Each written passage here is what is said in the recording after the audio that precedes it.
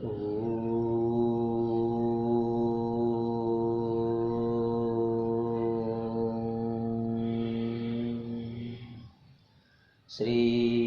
गणाधिपते नमः। वसंत पंचमी की इस शुभ अवसर पर, पावन अवसर पर हिंदुस्तान के सभी मेरे प्यारे भाइयों और बहनों, माताओं को मेरा प्रणाम। इस संसार के सभी ऋषियों, मुनियों, संतों, भक्तों, महंतों और सभी पुण्यात्माओं को मेरा प्रणाम। हम आज एक बात करने जा रहे हैं कि भारतवर्ष में जो भी हमारी जो ये वैदिक संस्कृति है, हमारी जो ये विचारधारा है, हमारी संस्कृति, उसके बारे में हम बात करेंगे। इसीलिए ही इसका नाम भी दिया गया है वैदिक संस्कृति, वैदिक सत्य, वैदिक वाग्मय। हम इन सभी पर बात करना चाहेंगे। कई बार हम आपस में जब सत्संग करते थे, ऐसी सब बातें करते थे, तो उस वक्त भी हमारे कई सारे दोस्तों ने सुझाव दिया कि सोशल मीडिया के माध्यम से हम हमारी जो संस्कृति है, जो कई सारी प्रचलित दंत कथाएँ हैं, उन दंत कथाओं का आप खंडन करो, जो सत्य है उसको आप रजू करो, लोगों के सामने लो। कई सारे लोग इस सत्य को जानते भी हैं, लेकिन जहाँ तक मेरा विचार है, मेरा जो ख्याल है, तो बहुत सारे ऐसे लोग हैं जो इस दंत कथाओं में आज भी बिलीव करते हैं, जो सत्य है उसके सामने नहीं आया है। तो हमारा एक विनम्र प्रयास है कि हम सत्य को सामने लाएंगे। ऐसे कई सारे पात्र हैं, कई सारे ऐसे चरित्र हैं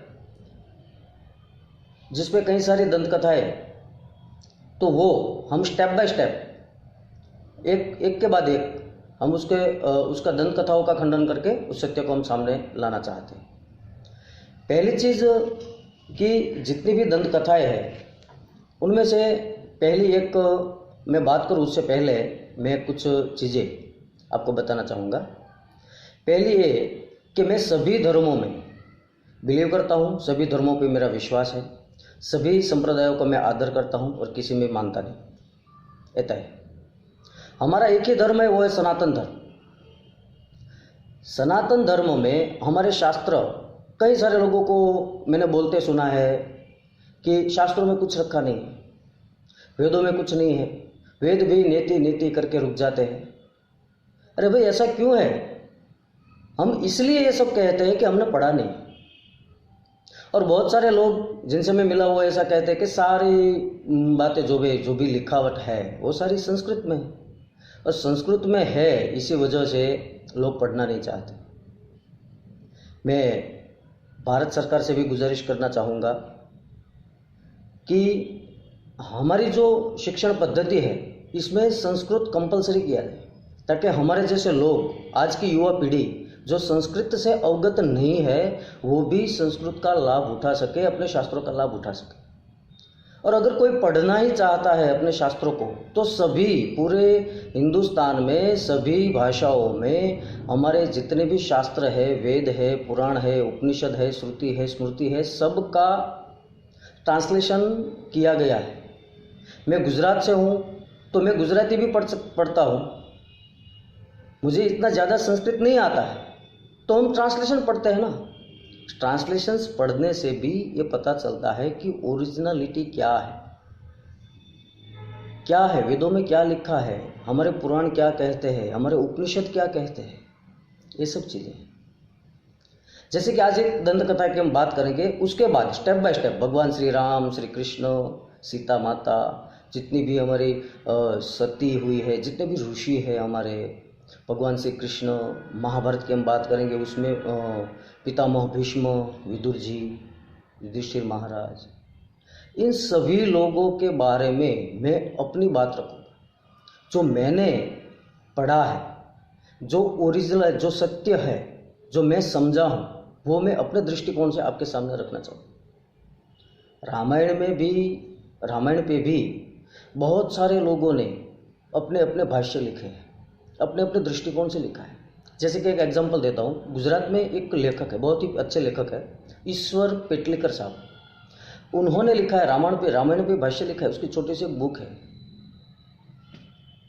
तो उसमें उन्होंने क्या लिखा है, अपना दृष्टिकोण उन्होंने प्रकट किया है।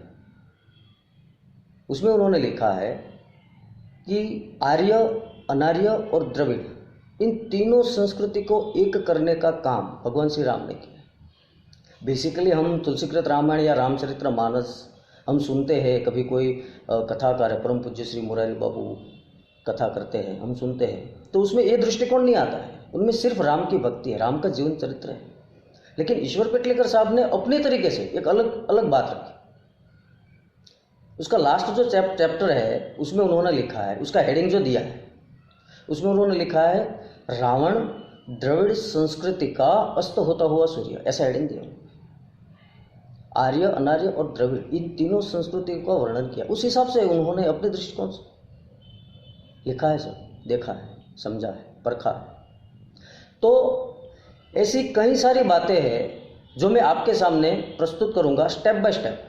सभी के जीवन चरित्र लेंगे, कुछ आध्यात्मिक बातें भी होगी, कुछ ज्ञान की बातें भी होगी, कुछ संप्रदाय जो आपस में एक दूसरे से भिड़ते रहते हैं। मैं किसी पे ब्लेम नहीं करता हूँ, और ज्ञान में और शास्त्र में तर्क के लिए कहीं भी स्थान नहीं है। मैं किसी से तर्क भी करना नहीं चाहता। हालांकि ये बात अलग है कि कोई एक संप्रदाय है, वो बोलता है ये संप्रदाय ऐसा है, दूसरा संप्रदाय के कुछ लोग ऐसा बोलते हैं कि ये दूसरा संप्रदाय ऐसा है। ऐसा क्यों हो रहा है? समझ का अभाव है। गुरु जो कहते हैं वो अपने स्थान से कहते हैं और शिष्य अपने लेवल पे बैठा है। गुरु जो बोलता है वो चीज़ अलग होती है, शिष्य जो सुनता है वो चीज़ भी अलग होती है। दोनों में बहुत अंतर आ जाता है, तब ये सिचुएशन पैदा होती है। एक संप्रदाय दूसरे संप्रदाय के बारे में बात करता है, ये गलत है, इसका ये है, वो है। इन सब बातों में हमें पढ़ना भी नहीं है, लेकिन ये जो है सो सत्य है। तो उन लोगों को भी मैं ये बताना चाहूँगा कि अलग अलग संप्रदाय, अलग अलग धर्म हमारे शास्त्रों में से ही पैदा हुए हैं। और दूसरी चीज़ कि कोई ज्ञान के मार्ग पे चलता है, कोई संप्रदाय, कोई कर्म के मार्ग पे चलता है, कोई ध्यान योग के मार्ग पे चलता है, कोई भक्ति योग के मार्ग पे चलता है। तो सबके रास्ते अलग अलग हैं, लेकिन मंजिल एक ही है। अलग अलग रास्तों से जाते हुए सबको एक ही जगह पे इकट्ठा होना है, वो है मोक्ष, मोक्ष की प्राप्ति। और मोक्ष मरने के बाद होता ही नहीं है। मोक्ष तो होता है, जीते हैं ना हम जिंदगी, उसी में मोक्ष होता है। मोक्ष की परिभाषा क्या है, ये सब चीज़ें हमें बहुत ही डीपली, मैं कोई ऋषि, महात्मा, संत, कोई विद्वान नहीं हूँ, एक अदना सा साधारण सा आदमी हूँ, एक बिजनेसमैन हूँ। मैं अपने तरीके से बिजनेस करता हूँ, लेकिन मेरी समझ में जो आया है, मेरे जितने गुरु हैं, बहुत सारे गुरु हैं मेरे, और सभी गुरुओं ने मुझे जो भी सिखाया है वो मैं सिर्फ आपके सामने प्रस्तुत करूँगा। गुरु एक जो संस्कृत शब्द है, गु और रू, ये दो अक्षरों से मिलके एक शब्द बनता है, तभी गुरु होता है। गु का मतलब होता है अंधकार और रू का मतलब होता है उजाला, प्रकाश। अंधकार से प्रकाश की ओर ले जाने वाली शक्ति यानी कि गुरु, हमें अंधकार से प्रकाश की ओर गुरु ले जाते हैं। और गुरु कोई व्यक्ति नहीं है, गुरु शक्ति है। मेरे गुरु ने सिखाया है कि सभी धर्मों का आदर करो, सभी गुरु एक समान है, चाहे वो कोई भी धर्म का हो, संप्रदाय का हो, गुरु गुरु होता है।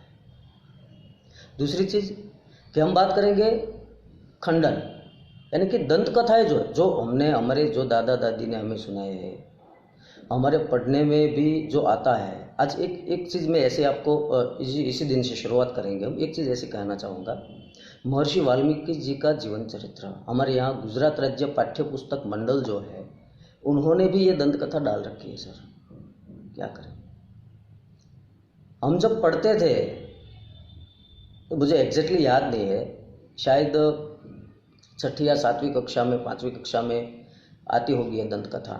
दंत कथा क्या है जो सभी लोग, हम सभी लोग यही दंत कथा को सत्य मान चुके हैं।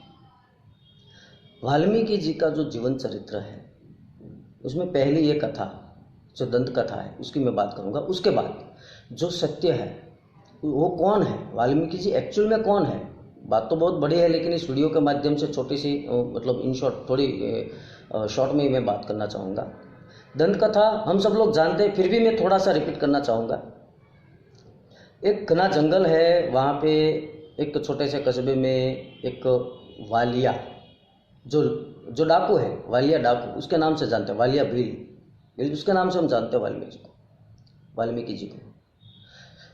तो एक बार क्या होता है, वो चोरी लूटपाट ये सब करता है, लोगों को परेशान करता है, लोगों को लूटता रहता है, डाकू है, अपने परिवार का योगक्षेम चलाता है, अपने परिवार का भरण पोषण करता है।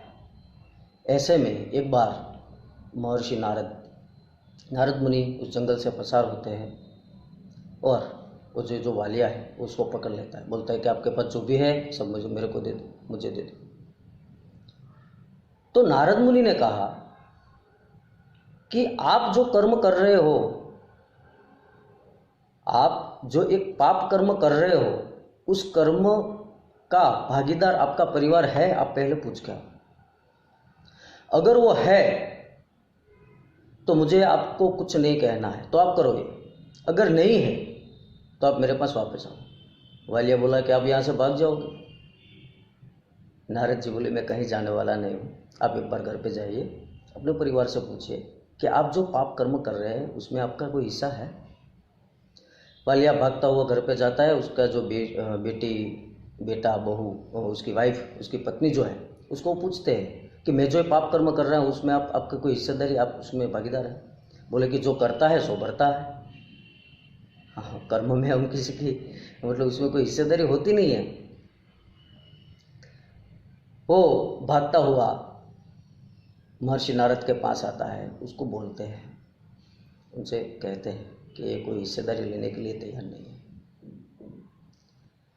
फिर नारद जी कहते हैं अगर कोई हिस्सेदारी नहीं लेने के लिए कोई तैयार नहीं है तो फिर राम का नाम जपो, इससे अच्छा कोई रास्ता और हो ही नहीं सकता। उसी दिन से, उसी वक्त से ये वालिया है वो राम का नाम के, राम के नाम का वो ध्यान लगाते हैं। और दंत कथा कुछ ऐसी है कि बहुत साल बीत जाते हैं, फिर इसके ऊपर मिट्टी चढ़ जाती है, फिर एक ग्वाला है जो गायों चराता हुआ वहाँ आता है और आंखें खुली है, सारी मिट्टी का ढेर है पूरी बॉडी के ऊपर, पूरे शरीर के ऊपर, और बीच में सिर्फ और सिर्फ दो आंखें उसकी दिखती है। तो वो जो ग्वाला है वो किसी इसी नुकीली चीज़ से वो उसको मतलब आश्चर्य होता है कि ये क्या है, ये क्या ऐसा ऐसा क्या, मतलब ये क्या चमक रहा है। फिर वो वहाँ पे नुकीली चीज़ से उसकी आंखें फोड़ती थी। ऐसी कुछ दंत कथा है। तब से महर्षि वाल्मीकि जो है, जो वालिया था, वो वालिया भील था, लुटारू था, डाकू था, वो महर्षि वाल्मीकि बन गए और उसकी दोनों आंखें फूट गई। तो सबसे पहला सवाल खड़ा ये होता है कि अगर कोई इंसान ध्यान में मग्न होता है तो क्या उसकी आंखें खुली रहती है? खुली आंखों से क्या ध्यान होता है? ये चीज़ बुद्धि संगत नहीं है, प्रकृति इसकी इजाज़त नहीं देती। आंखें ध्यान लगाते वक्त आंखें बंद हो जाती, ऑटोमेटिकली हो जाती है। आप खुली रखना चाहो फिर भी खुली नहीं रहती, आप अनुभव करके देख लीजिए। एक चीज़ ये है। दूसरी कि वाल्मीकि रामायण में उत्तरकांड जो है उसमें दो जगह पे वाल्मीकि जी ने अपना परिचय दिया है। एक जगह पे खुद दिया है परिचय और दूसरी जगह पे उसके दोनों शिष्यों ने उसका परिचय दिया है। जब भगवान श्री राम ने अश्वमेध यज्ञ किया और उसका जो घोड़ा जंगल में से विहार करते हुए जा रहा था और लव कुश उस घोड़े को पकड़ लेते हैं, उस टाइम पे भयानक युद्ध होता है। युद्ध होते समय जब भरत जी आते हैं युद्ध करने के लिए, तो भरत जी उन दो छोटे छोटे सुकुमार बालकों को, लव और कुश को, पूछते हैं कि आपके माता पिता कौन है। तो लव कुश उत्तर देते हैं कि ये रणभूमि है महाराज भरत, ये हमारे कोई शादी ब्याह की बात नहीं हो रही है, ये यहाँ पे कोई हमारा विवाह नहीं है कि हम अपने गोत्र का। तो लवकुश ने ऐसा कहा है कि हम प्राचेतस के शिष्य हैं। दूसरी बात कि जब महाराज राम के दरबार में सीता जी की जब परीक्षा होने वाली थी, उस वक्त लवकुश और माता सीता को लेके महर्षि वाल्मीकि उस दरबार में आते हैं और वहाँ पे बताते हैं कि सीता की पूर्ण पवित्रता की खातिरी करने के बाद ही मैंने अपने आश्रम में उसको प्रवेश दिया है। वाल्मीकि जी स्वयं अपने मुख से बोलते हैं कि प्राचेतेशोहम दशमो पुत्र राघव नंदन, प्राचेतेशोहम दशमो पुत्र राघव नंदन, हे राघव नंदन, मैं प्राचेतेश का 10वां पुत्र वाल्मीकि बोल रहा हूँ। प्राचेतेश ऋषि है और ये उसके 10वीं संतान है, तो ऋषि का पुत्र ऋषि हुआ ना। वो वाल्मीकि जो है वो वालिया भील, वालिया कोली, वालिया लुटारा, वालिया डाकू कहाँ से हो गया? तो जो ये सत्य है वो हमारे सामने नहीं आता। दूसरी चीज कि उन्होंने सभा में जो खुद इस ग्रंथ के लेखक है, इस महाकाव्य के खुद प्रबंधक है, लेखक, वो बोल रहे हैं। और वो किसके सामने? भगवान श्री राम, महाराज जनक, पूरी अयोध्या, पूरा विश्व देख रहा है, अष्ट ऋषि मंडल, महर्षि वशिष्ठ, महर्षि विश्वामित्र, जाबाली, कई सारे ऋषिगण भी बैठे वहां। और उसी समय एक ऋषि कभी झूठ नहीं बोलता। उन्होंने प्रतिज्ञा ली है कि हे भगवान राम, मैंने अपने जीवन में मन, वचन और कर्म से कभी पाप नहीं किया है। अगर सीता अपवित्र है तो मेरे सारे पुण्य कर्म जल के भस्म होते। इतने कॉन्फिडेंस के साथ, इतने विश्वास के साथ वो बोलते हैं और कहते हैं कि मैं प्राचेतेश का 10वीं संतान हूं, मैं वाल्मीकि। तो वालिया लुटारा कहां से हो? तो ये सब चीजें हैं जो हमारे हाथों से छूट रही है, पता नहीं है हमें, क्योंकि हम पढ़ते नहीं ना। तो लोगों ने पढ़ना छोड़ दिया। कितने अच्छे अच्छे हमारे शास्त्र है, कितने अच्छे उपनिषद है, तैतृय उपनिषद है, अतैतृय उपनिषद है, कैन उपनिषद, कठ उपनिषद, प्रश्न उपनिषद पढ़ो। आप किसी के सामने, मतलब किसी के साथ किसी से ज्ञान लेने की चर्चा है। प्रश्न उपनिषद में महर्षि पिपलाद ने कितनी अच्छी अच्छी बातें, धर्म की कितनी अच्छी बातें। मनुस्मृति जो हमारा मानव धर्म शास्त्र है, कैसे रहना है, क्या करना है, कैसे। हाँ, ये चीज़ अलग है कि जैसा देश वैसा भेष, लेकिन हमारी जो संस्कृति है, हमारी जो परंपरा है, उसका तो हम त्याग नहीं कर सकते। तो महर्षि वाल्मीकि, अब मेरे और आपके सबके समझ में ये चीज़ आ गई कि वाल्मीकि कोई डाकू नहीं था। हाँ, ये चीज़ अलग है कि जो पिछड़ी हुई जाति है, जो पिछड़ा हुआ इलाका है, जो चित्रकूट, जहाँ पे सब आदिवासी, भील, किरात, ये सब लोग रहते थे, उसके बीच में वाल्मीकि जी रहे हैं। क्यों? क्योंकि उन जाति का उद्धार करना था, उसका उत्थान करना था। उसी वजह से उन लोगों के बीच में रहे हैं, वहाँ उन्होंने कार्य किया है, इन लोगों का उद्धार किया है, इन लोगों को सही शिक्षा दी। बहुत बड़ा आश्रम चलाते थे। और रामायण में आपने भी शायद पढ़ा होगा, कहीं देखा होगा, किसी से सुना होगा कि राम के वनवास के टाइम पे राम, लक्ष्मण और माता सीता चित्रकूट में भी जाते हैं, वहाँ रहते हैं। तो बस यही कहना था कि महर्षि वाल्मीकि जो है वो एक ऋषि थे, पहले से ही ऋषि थे। वो प्राचेतेश के 10वीं संतान थे। उन्होंने कभी पाप कर्म नहीं किया है। और जो वालिया लुटारा था, उन्होंने पाप कर्म करने में कभी कोई कसर छोड़ी ही नहीं थी। तो हम इस दंत कथा जो है उसका हम खंडन करते हैं और महर्षि वाल्मीकि का जो सही चरित्र है वो आपके सामने हमने पेश किया है। बहुत खुशी हुई है, आनंद हुआ है, ठीक है। और दूसरी चीज़ कि अगर ऐसी कई सारी कथाएं स्टेप बाय स्टेप हम आपके सामने रखेंगे, कभी कुछ डेबिट भी रखेंगे, कोई सवाल पूछेगा हम उसके आंसर देंगे, आध्यात्मिक ज्ञान के बारे में भी रखेंगे, और स्टेप बाय स्टेप हम ये सारी चीज़ें आपके सामने प्रस्तुत करेंगे। और अगर आपको ये अच्छा लगा कि नहीं, जो ये भाई साहब जो भी कह रहे हैं वो सही है, और मैंने जो आपको बताया वो आप उत्तरकांड में, वाल्मीकि रामायण में उत्तरकांड में आप स्वयं इस चीज़ को देख सकते हैं, पढ़ सकते हैं। मैं जो कह रहा हूँ वही तथ्य है, वही सत्य है, ऐसा मानना भी जरूरी नहीं है। आप एक बार पढ़ के भी देख सकते हैं। और अगर आपको ये चीज़ अच्छी लगी, ये बातें अच्छी लगी है, तो इस वीडियो को सब्सक्राइब कीजिए, उसको शेयर कीजिए। हिंदुस्तान के कई सारे हमारे ऐसे युवा हैं, ऐसे कई सारे हमारे भाई बंधुओं हैं, बहनें हैं, माताएं हैं, जो इस चीज़ को वीडियो के माध्यम से इस सत्य को जान सके।